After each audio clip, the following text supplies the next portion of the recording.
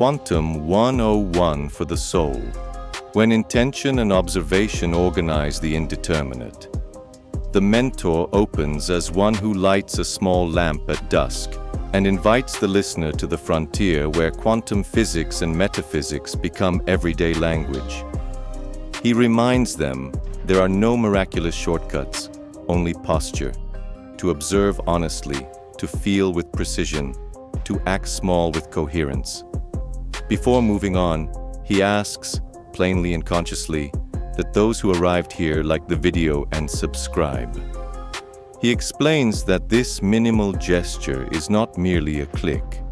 It is intention turning possibilities into shared reality, a signal that aligns the algorithm with your curiosity and widens a field of knowledge that returns to you as opportunity, insight, direction.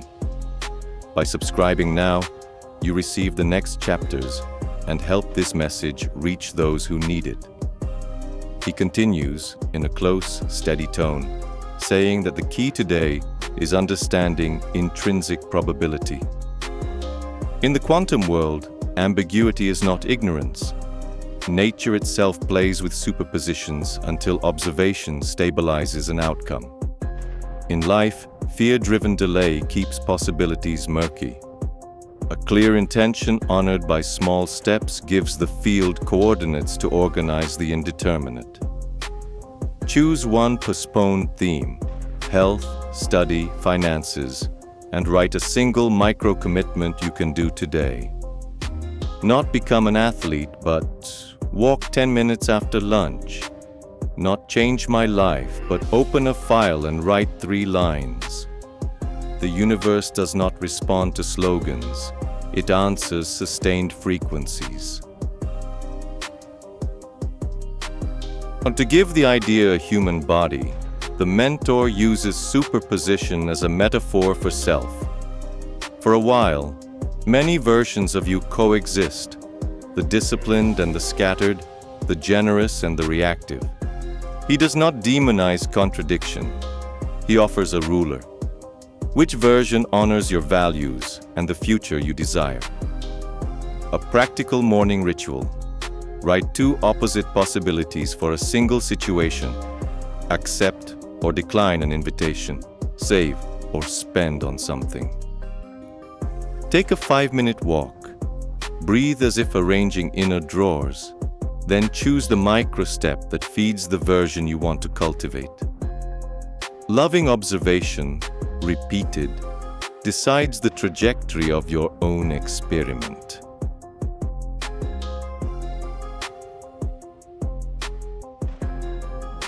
That appears. When you watch your life with anxiety, noise rises. With curiosity, interference patterns become legible. Trade control questions for exploration questions. What does this discomfort teach me about my limits? What is the smallest honest step that does not require perfect motivation? He recalls that, as in the double-slit experiment, the quality of attention changes the pattern.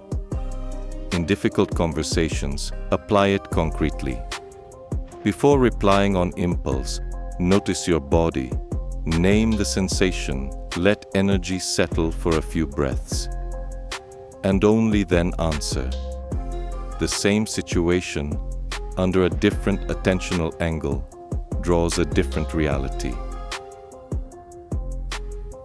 He then touches entanglement as an ethical call. People are not islands. Fine threads of mutual influence stretch between us. When you regulate your internal state, you change the music of relationships without a speech. A concrete exercise. Choose someone with whom communication has been tense, and for 24 hours, regulate physiology before each interaction. 3 long exhalations, shoulders soft, a gentle gaze. Offer one small act of clarity. May I rephrase? What makes sense to you here? You do not control the other, but you influence the shared field. The mentor notes, after years advising creators and teams under pressure, that state precedes strategy. when your state is coherent, the room listens before you speak. Finally, he ties the block together. This path does not promise spectacle. It promises presence, to measure, to decide, to begin again with elegance. If you are still here, you have harvested something, perhaps a new quiet. Honor it. Save this video, share it with someone who needs a compass, and keep your subscription active so you do not miss the sequence. In the next chapters, he will show how calibrated intention reduces attentional entropy, how to design 72-hour prototypes that test beliefs with gentleness, and how to craft simple anchoring rituals that stabilize your most coherent version. The invitation is clear. Walk as a co-author, not a hostage to chance, not a tyrant of reality, but a partner of the possible. Calibrated intention and the reduction of attentional entropy. The mentor's voice returns as if sketching a map in the air, noting that, at the human level, entropy isn't only a physical idea. It feels like a mind split into 1,000 open tabs. When attention diffuses, everything looks equally urgent, and nothing truly important advances. Calibrated intention acts like a vector that orients psychic energy, lowering background noise and increasing the legibility of what is real. In the quantum backdrop, many possibilities coexist. In daily life, many tasks compete. The key question is disarmingly simple. Which signal do you want to amplify today? Without that north, the system drifts. With it, patterns begin to emerge and guide your next small step. He proposes a simple, powerful exercise that fits any routine and repeated shifts the field from within. The 3-line intention map. Upon waking, write by hand. 1. Today I honor. Name a specific value, not a vague wish. 2. To do so, I will not. A concrete renunciation that creates space. 3. I deliver value with. A minimum action executable in 15 to 25 minutes. It looks small, yet this is how coherence is born. By reducing chaotic degrees of freedom to raise the quality of presence. At day's end, revisit the 3 lines with gentleness. No inner tribunal. Simply see what moved, what resisted, and what asks for a finer adjustment tomorrow. He reminds the listener that what is measured changes, not by magic, but because observation yields feedback, and feedback produces learning. In quantum terms, the act of looking is not neutral. Similarly, tracking a behavior alters its trajectory. He recommends a 72-hour microprotocol for any intention. Choose a minimum action. Record time and context before execution. Perform the act in the smallest possible step. Then note body sensation and clarity afterward. 72 hours are enough to escape fantasy and gather data from body and mind. If the action remains impossible, the goal is probably oversized. If it flows, scale with sobriety. The criterion is not heroics. It is fine-tuning. He deepens the metaphysical layer without promising miracles. Intention isn't a spell. It is alignment between meaning, perception, and gesture. When intention springs from live values, the body recognizes it and collaborates with less friction. When it springs from comparison or vanity, the inner field defends itself and sabotages. Wisdom is subtle. Rather than forcing reality, mature the quality of vision and will until the outer world finds, in you, less noise and a steadier frequency. There is an ethical implication here. Calibrated intention exists to expand responsibility and service, not to manipulate people or bypass necessary processes. The beautiful side effect is serenity, the poise of one who no longer fights life, but converses with it. To make it tangible, he narrates a clear field day. In the morning, disable notifications that hijack attention and reserve 2 25-minute windows for a single task that sustains the day's purpose. Before starting, regulate your breath. During, keep only one mental window open. Afterward, write 3 short lines of evaluation: what was delivered, how the body feels, and the next micro step. In the afternoon, repeat with a shorter block, this time for a key relationship, a clear request, a specific thank you, or an honest question. By nightfall, the sensation of so much to do yields to less done well. This doesn't erase the world's chaos, but it lowers the entropy of your inner field. He closes by tracing a finger across the surface of a lake and watching the concentric circles. Small intentions, repeated with elegance, create waves that organize the surroundings. No haste, no spectacle, just consistency. Tomorrow, he says, this method becomes a more complete 72-hour prototype, weaving gentle metrics, anchoring rituals, and review cycles that honor your truth. Until then, keep one question on your desk and in your pocketed heart. What is the smallest coherent act that lowers the entropy of my attention today? When that question becomes habit, the field answers, and it answers with clarity. The 72-hour prototype. Design, execute, review. The mentor returns as one who adjusts a camera lens and says it is time to turn intention into method. He names the 72-hour prototype a short, elegant, honest experiment in which a person tests a life hypothesis with laboratory rigor and the tenderness of one who observes without judgment. 72 hours are enough to lower attentional entropy, reveal what is viable in a real body, and harvest data that feed wiser choices. No miraculous shortcuts here. Only the marriage of metaphysics, meaning that sustains, and quantum physics, observation that organizes possibility. At the end, there is no victory or failure, only field reading. Patterns that emerge when the observer chooses to look with precision and kindness. He guides the design to begin small and aligned to a living value. Instead of changing my life, choose something specific that contains the seed of the future you want.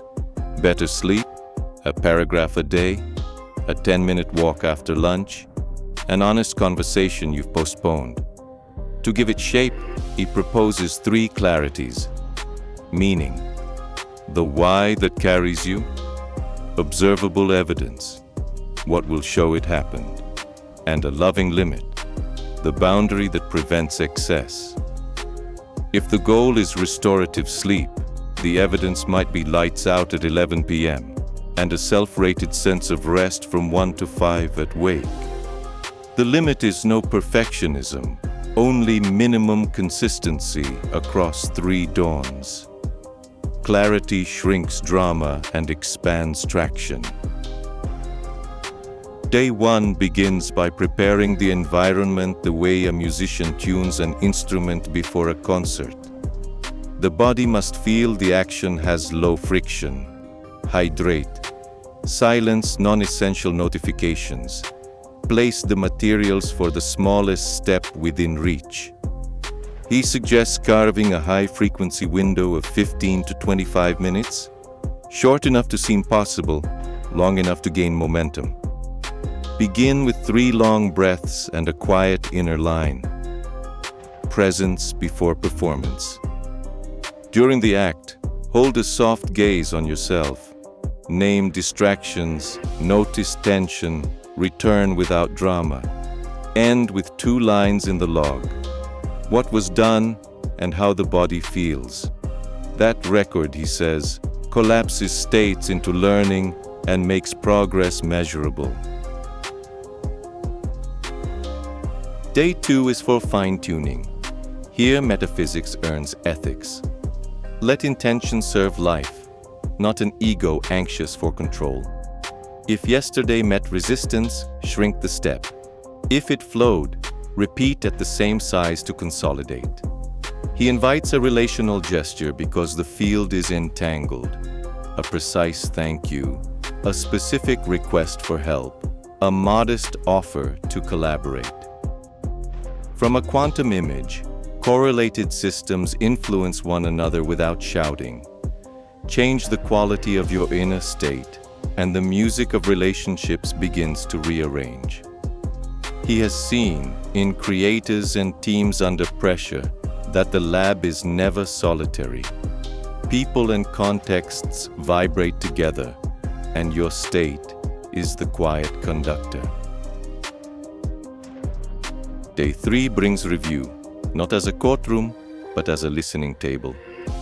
The mentor proposes the triad, data meaning next step. Data. What actually happened, without narrative. Meaning, what significance emerged? What patterns appeared in body, mood, clarity? Next step. Keep, adjust, or close. If the writing prototype yielded 3 paragraphs without exhaustion, keep it for 3 more days. If the post-lunch walk brought lightness and focus, extend from 10 to 12 minutes. If the difficult conversation still hit a wall, prepare the emotional ground before insisting. Closing is also wisdom. Some paths reveal themselves not by success, but by a clear signal that they ask for another approach. He closes the block as one who returns authorship of the lab to its owner. The 72-hour prototype does not create miracles, it creates field. A space of presence where life stops being noise and becomes measurable, breathable, discussable. 3 days, repeated with elegance, become coherent weeks. Weeks practiced with gentleness become character. He invites the listener to keep this structure in the pocket of the heart and on the desk of the day. Small design, present execution, honest review. In the next chapter, he will deepen anchoring rituals, micro practices that stabilize inner frequencies, and show how the right environment reduces the need for raw willpower, letting what is possible bloom with less friction and more truth. Anchoring rituals. Body, environment, and time in service of coherence. The mentor returns as one who straightens a chair and, with a calm smile, distinguishes ritual from superstition. An anchoring ritual is not an amulet to escape life. It is a conscious design of boundary conditions, as in physics, that reduces uncertainty and organizes patterns. When the body recognizes repeated signals, the mind spends less decision energy, attention aligns, and action flows. No spectacle, no magical promises. Only the elegance of the simple. A few recurring gestures that tell the inner field, now is time for presence. Rituals don't create talent. They prepare terrain so talent can show up with less noise. And that changes everything. He proposes a first rite of only 5 minutes, opening the field. On waking, before screens, sit with an alive spine, feet on the ground, take a glass of water, and let morning light touch your face. 3 long breaths, hands resting on the abdomen, and a clear sentence. Today I honor value with micro-action. Then write 3 lines in a dedicated notebook, and without dispersing, execute the smallest viable step.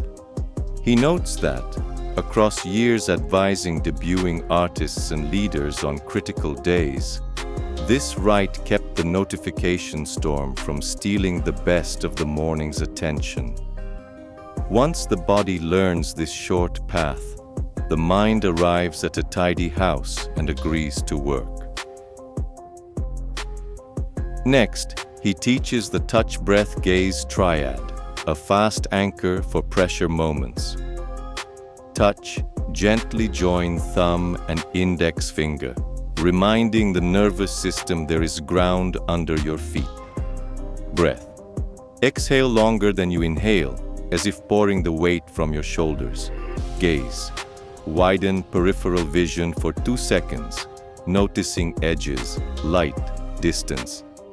In tense meetings, this triad has often been enough to prevent reactive replies, open listening, and change the pattern of the conversation.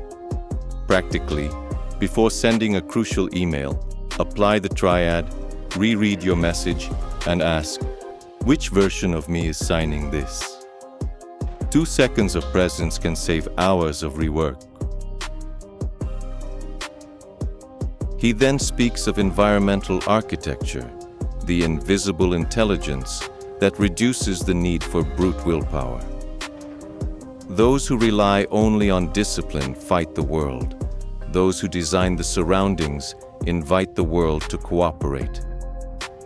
Suggestions. Keep visible only what calls you to the next step. Hide what seduces you into dispersion. Set your phone to grayscale during focus blocks. Create a single mission space, a table with one notebook, one pen, and a symbolic object that reminds you of your why. In creative teams, he has seen quality rise without longer hours, simply by batching notifications into defined check-in times. Environments speak. Make them speak the language of your intention. To complete the triad, he designs rituals with time. This isn't about rigid schedules. It's about quantizing attention into high-frequency windows, 15 to 25 minutes, and celebrating closure. Before the block, a brief opening gesture. During, one front only. At the end, 3 lines of data, meaning next step, as if signing a logbook.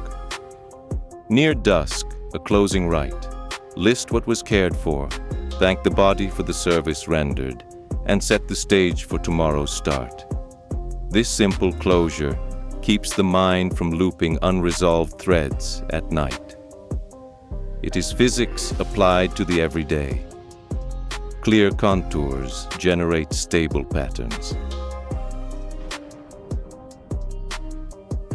He concludes with a tender invitation. Anchoring rituals aren't about control. They are about trust in repetition that educates the field. Small gestures, repeated with respect, become habits. Habits practiced with beauty become intimate culture. Within days, you will notice more space between stimulus and response, sharper choices, and a gentler hand when correcting course. In the next block, he will join these rites to the language that organizes the real, how words, metaphors, and inner narratives modulate body and action, and how to rewrite them so the outer world finds less friction and more direction in you.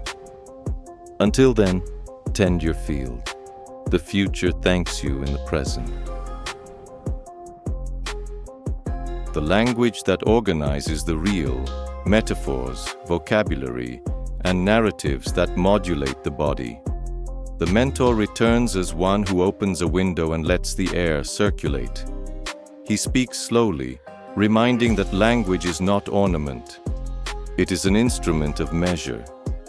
In the quantum lab, what you see depends on the basis you choose to measure. In daily life, what you live depends on the linguistic basis you use to name it.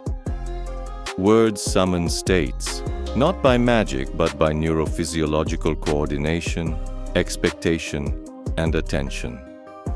When someone says it's impossible, the body anticipates collapse. When they say it's unlikely but testable, a corridor of attempt opens. Metaphysics calls this naming meaning. Physics reminds us the observer participates in outcomes. The key is responsibility without superstition. Refine the verb to refine the world. He begins with precision vocabulary. Instead of "I have anxiety," he invites, "I notice activation in my chest and fast thoughts." Details rewire the circuit. Instead of "I'm always late," "I'm practicing arriving 5 minutes early to 2 meetings this week." Swap identity labels for observable descriptions and attentional entropy drops. Focus leaves the drama and lands on the step.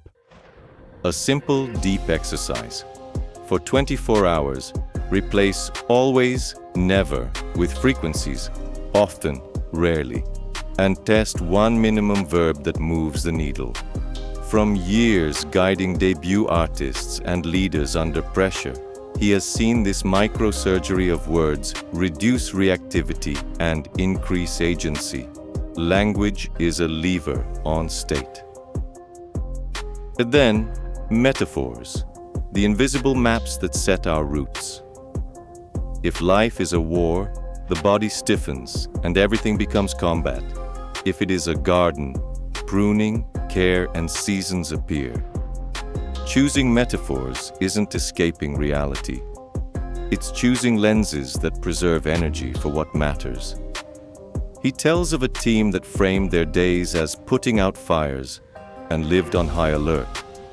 When they adopted orchestrating rehearsals, they drafted a score, calibrated entrances, and accepted small errors as tuning.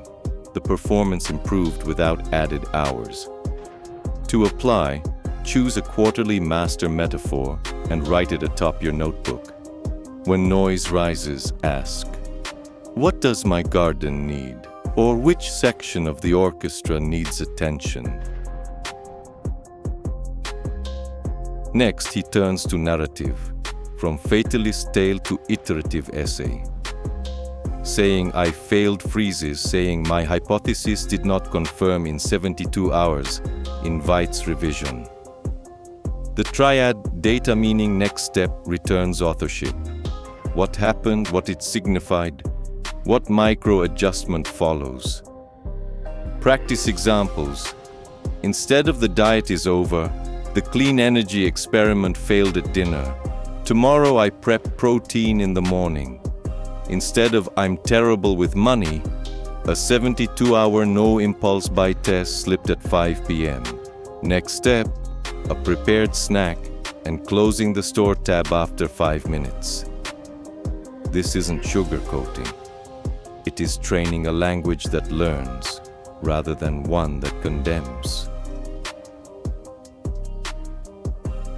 He brings in relational language that harmonizes fields, entangled systems, people living together. Shift pattern when one element changes state. Instead of "you never listen," try, "When I speak and you look at the screen, I feel unattended. May I ask for 5 minutes of full attention to align on X?" Instead of "You're difficult," try, "This topic is sensitive for me. Can we define the aim of the conversation and one next possible step?" Before the ask, use the touch, breath, gaze triad to regulate the body. After, a check-in question. "What did you hear me say?" In tense mediations, he has watched this idiom redraw interactions. Physics offers the image. Ethics offers the direction. Finally, he suggests a high-precision lexicon. 12 words to guide 4 weeks. Action verbs, prototype review, close. Postural adjectives, steady, attentive, mother metaphors, garden, workshop.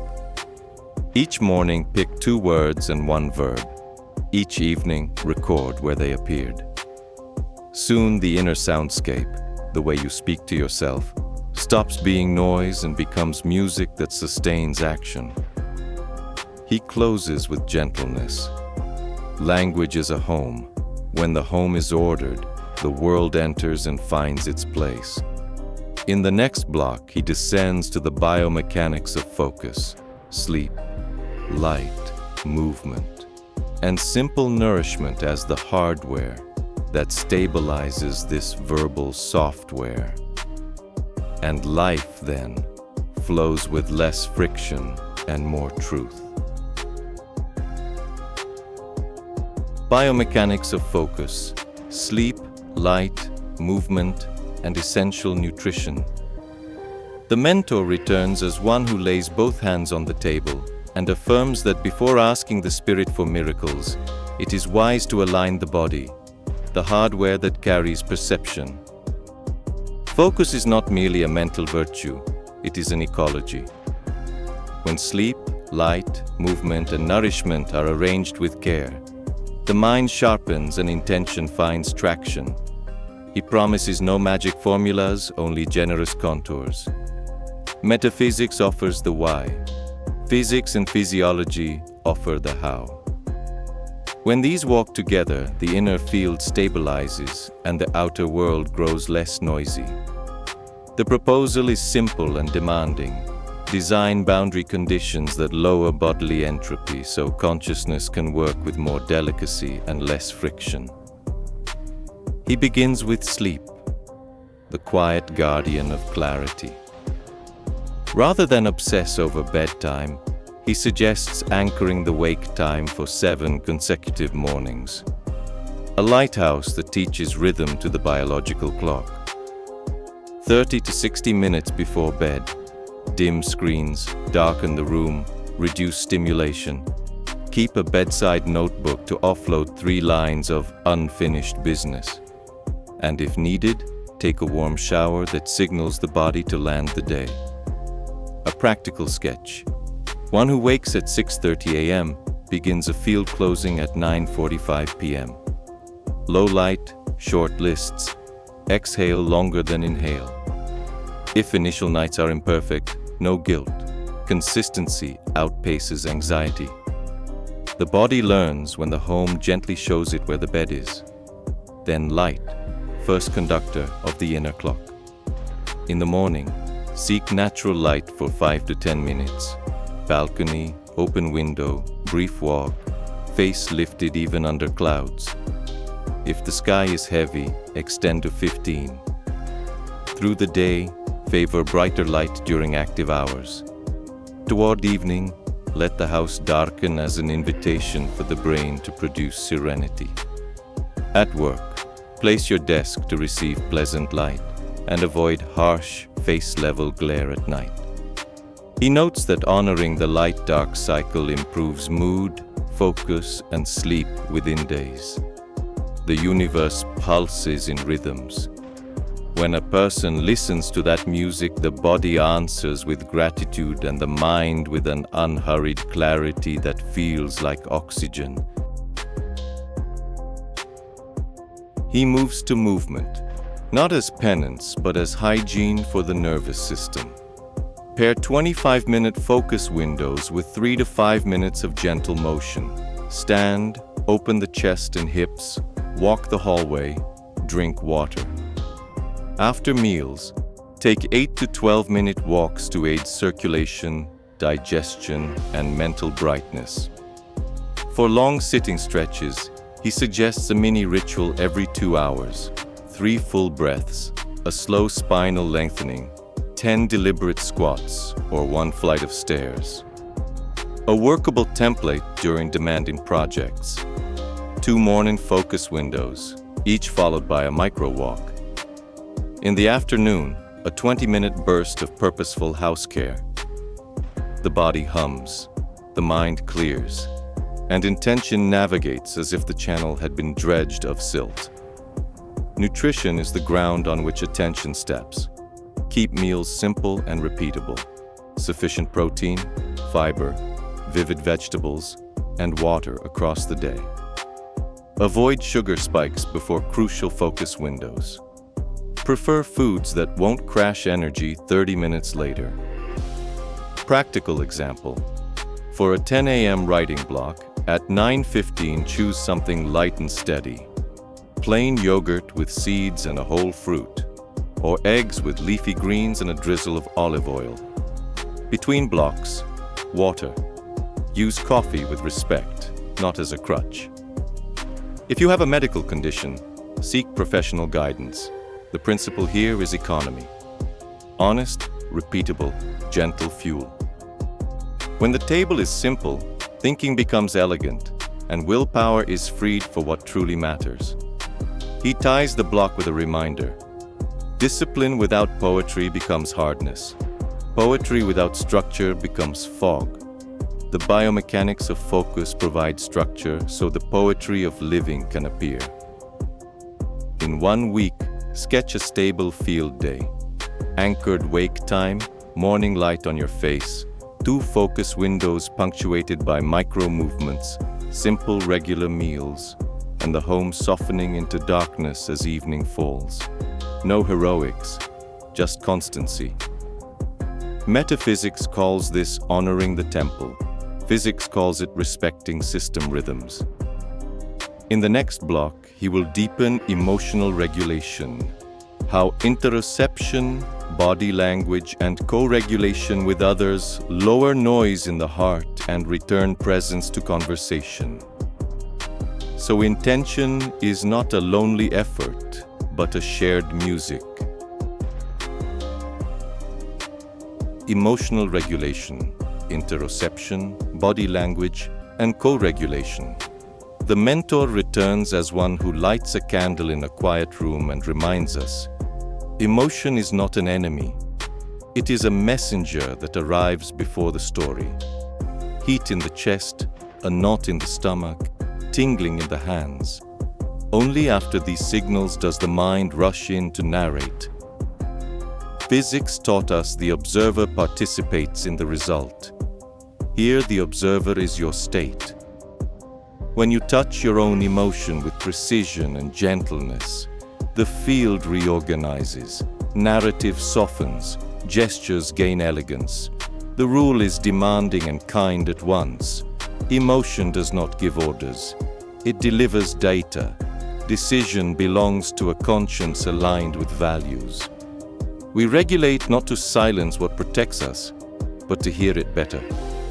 He begins with interoception, the art of reading the body from the inside.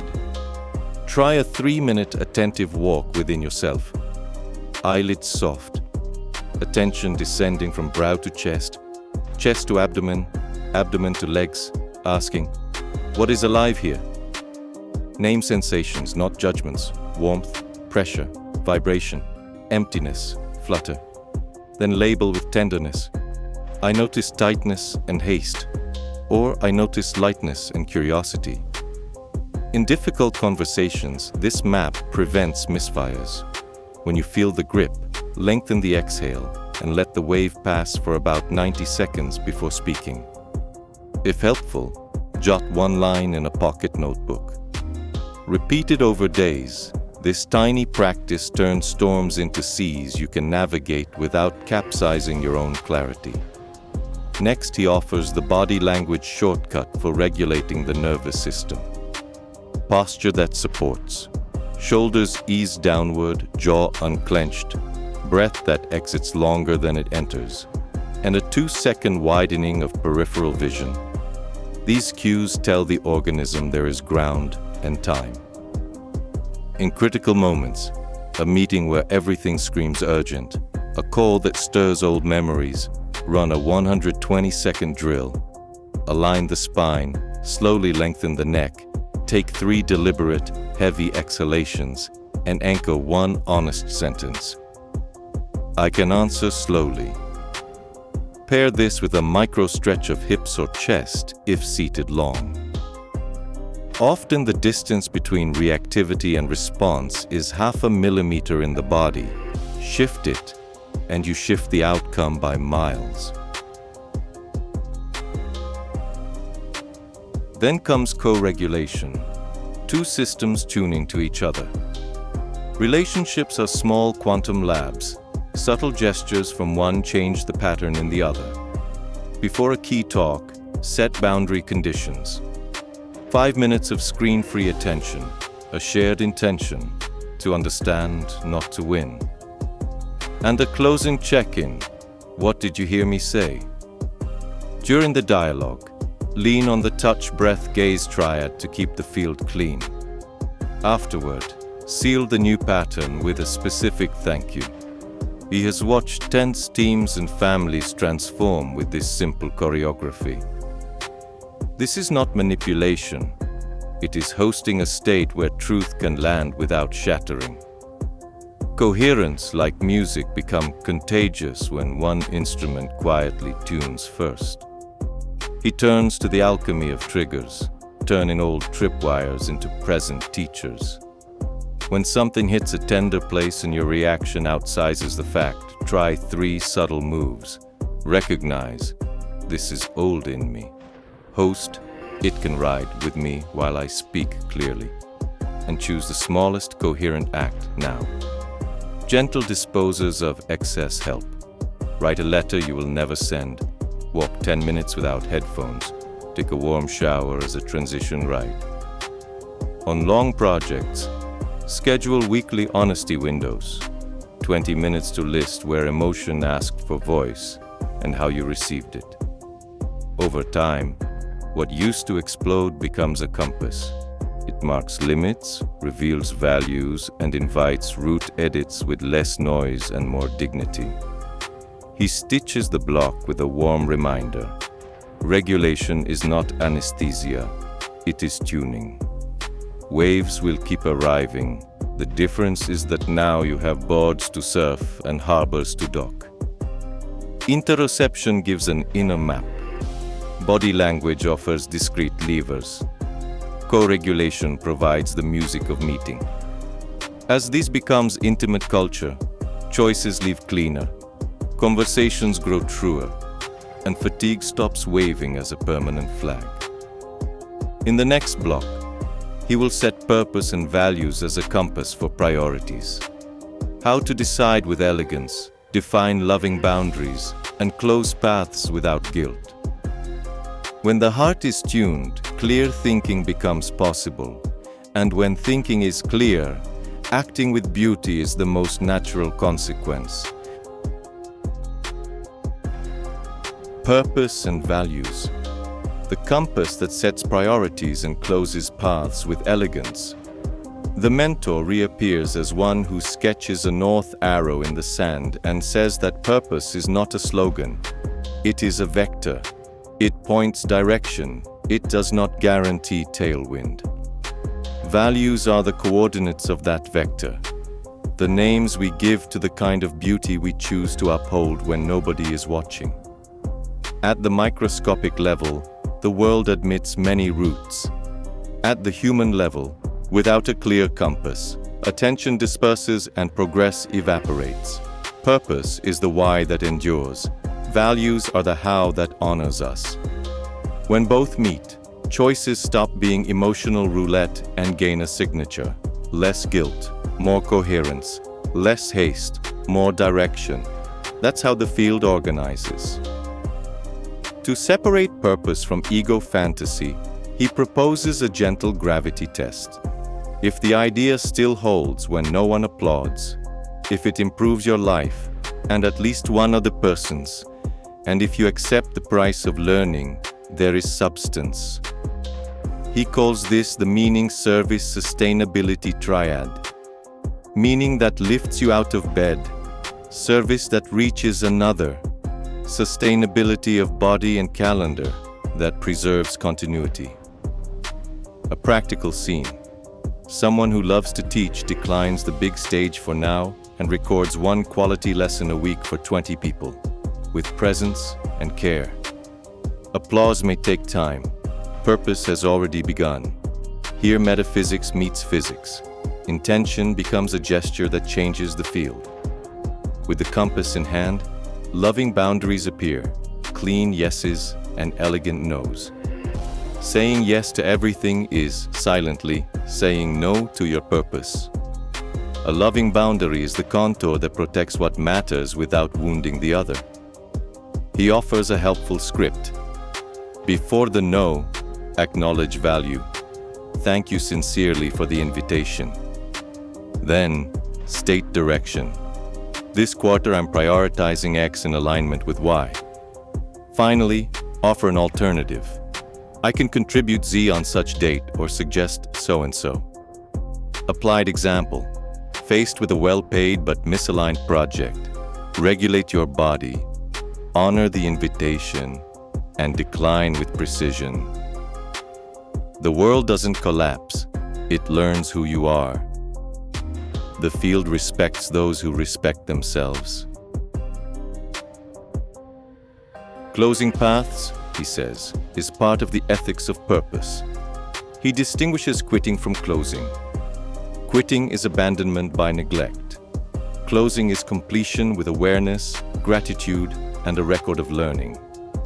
He proposes a small closure right. List data, what was actually done. Gratitude, people and resources that supported. Lessons, what won't be repeated. And a final courtesy, an honest email, an organized document, a file that truly helps whoever continues. Concrete example. After 6 months testing a product without traction, the team ends the cycle with a letter of lessons and one final care meeting. No shame. Cultivation. Fertile ground for the next experiment. Here, end becomes compost. For weekly priorities, he suggests the living coherence matrix. Instead of endless lists, observe 2 axes. Impact aligned with purpose and energy available now. High impact plus accessible energy becomes the week's cornerstone. High impact plus high energy is broken into 25-minute steps. Low impact that drains energy is automated, delegated, or closed. Practical cadence. On Monday, choose 1 cornerstone and 2 steps. Reserve high-frequency windows. Protect boundaries. On Friday, review with data meaning next step. The effect is quiet and powerful. In 4 weeks, your life map gains topography, ridges of what matters, valleys where you no longer pour yourself out. He concludes softly, purpose and values do not remove uncertainty from the world, but they tune your instrument to play well within it. When you name your north, say no with respect and close with beauty. The future stops being a threat and becomes a horizon. Deciding turns into an act of care for your field, for those who walk with you, and for the work you wish to leave behind. In the next block, he will show how to scale with sobriety, turning coherent prototypes into 13-week seasons with gentle metrics, review cadences, and relational pacts that keep the soul at the helm while the work grows. To grow without losing yourself is the art, and the art here is living with elegance. Scaling with sobriety, 13-week cycles, gentle metrics, and relational pacts. The mentor returns as one who sketches seasons on a calendar and offers a tempo. Work in 13-week cycles, a full season, long enough to reveal patterns, short enough to correct course. Scaling, he says, is not speeding everything up.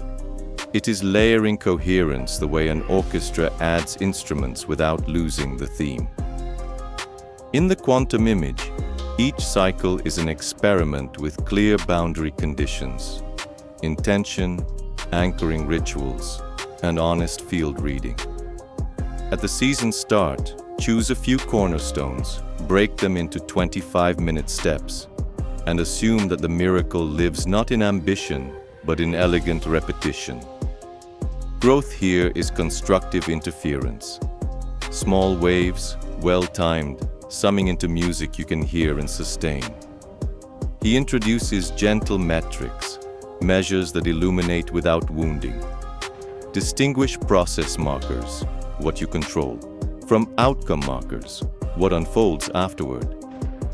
Process might include focus windows completed, alignment conversations held, steady sleep, brief body practice. Outcomes might be useful deliveries received by someone, perceived quality, revenue, or reach when relevant. Rather than 10 numbers that confuse, pick 3 that orient. 1 for attention, hours of high-frequency work per week. 1 for contribution, deliverables someone actually used.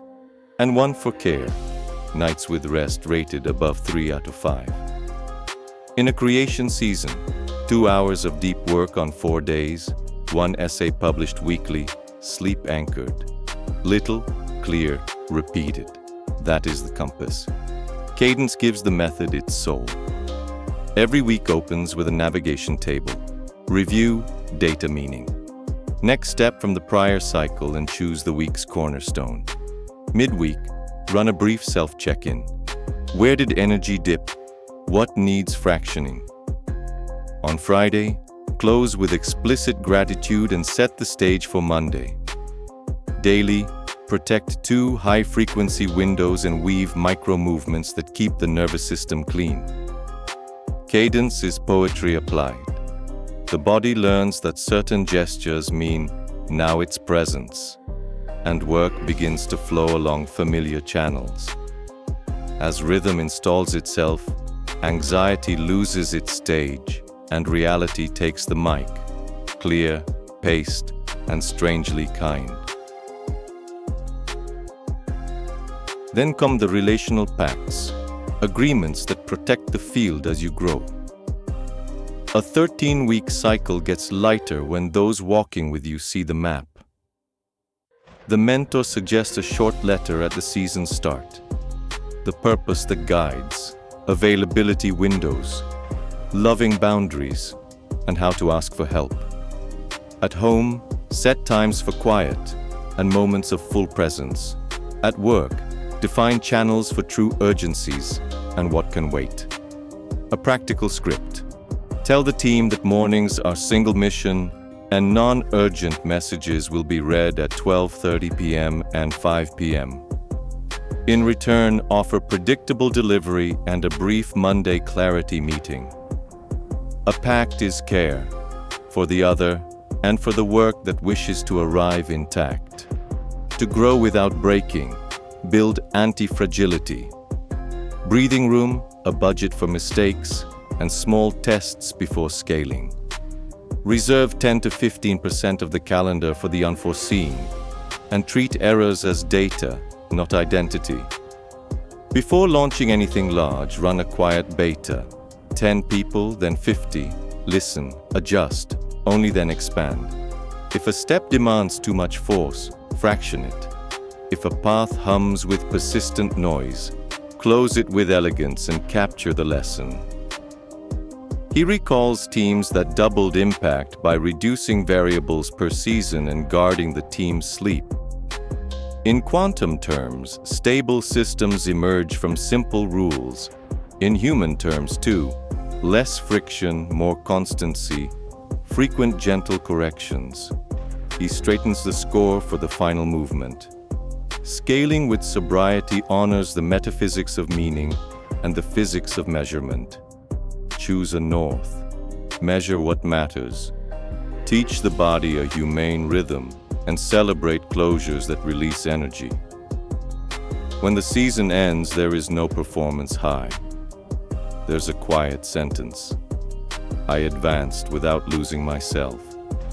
In the last block, he will offer a poetic, practical synthesis, purpose, language, body, and relation gathered, and an invitation to update your own grammar of living. Growth is beautiful. Growing while the soul stays at the helm is the work. And the work here is your life tuned to what is true. Closing. The work in progress and an invitation to walk as co-author. The mentor returns as one who switches off the last light in the theater, but leaves a small lamp glowing in the wings. He reminds us this journey never promised miracles. It promised lived method. He recaps the steps. A gaze that measures without judging. An intention that orients. A smallest coherent act that repeats. a review that learns. Metaphysics gave back meaning, the why that sustains, while physics taught contour, the how that organizes. Between them, a floor appeared. You ceased to be a spectator of chance and became a composer of frequencies. Not to control life, but to converse with it. When the field finds this quiet coherence, reality grows legible, and the possible steps closer.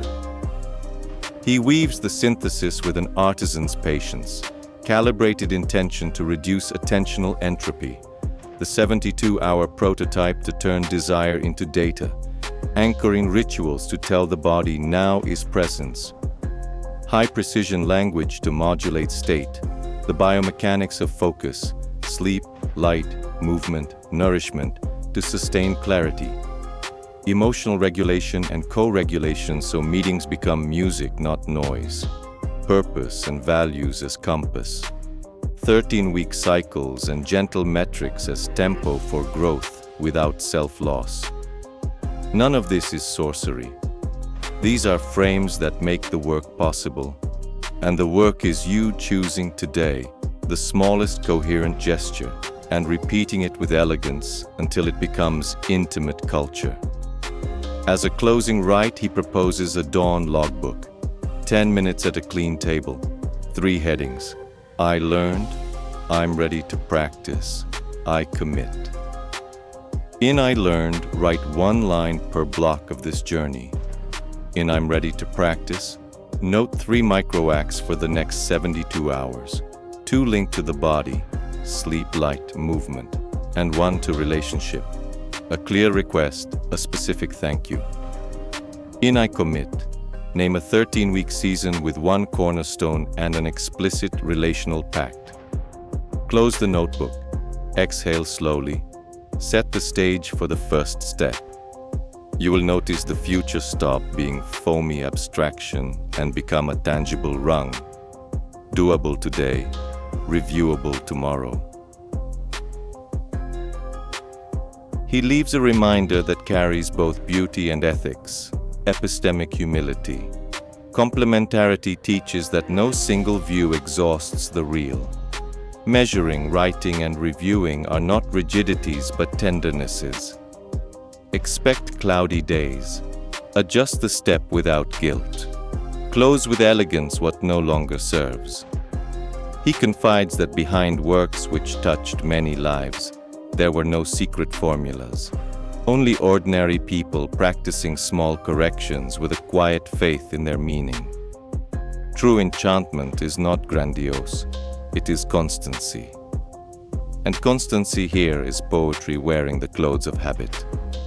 Before farewell, he welcomes 1 last gesture. If this crossing served you, share it with someone who needs a north and keep your subscription active. It is not just a button. It is a silent pact of cooperation with a field of knowledge that wants to circulate. By liking and subscribing, you collapse intention into action, signaling to the algorithm and to the human web that this frequency deserves reach. Such a small act helps carry honest tools to those tired of easy promises. The good received when it overflows finds unsuspected multipliers. That is how the work stays alive, from one heart to another, from one practice to the next. Finally, he smiles as one handing over the house key and says, "Now it's with you." May the quiet learned here become fertile soil. May the body be a lucid temple. May language be a bridge. May encounters be music. When you stumble, breathe. When you get it right, give thanks. When in doubt, measure and begin small again. The world does not ask for perfection, it asks for presence. And presence is your oldest talent.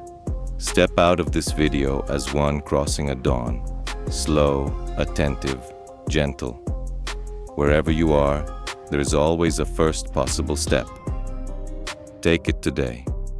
The rest, with elegance, life reveals in due time. And so, see you in the next video.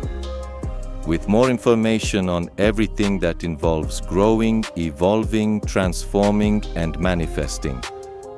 See you soon.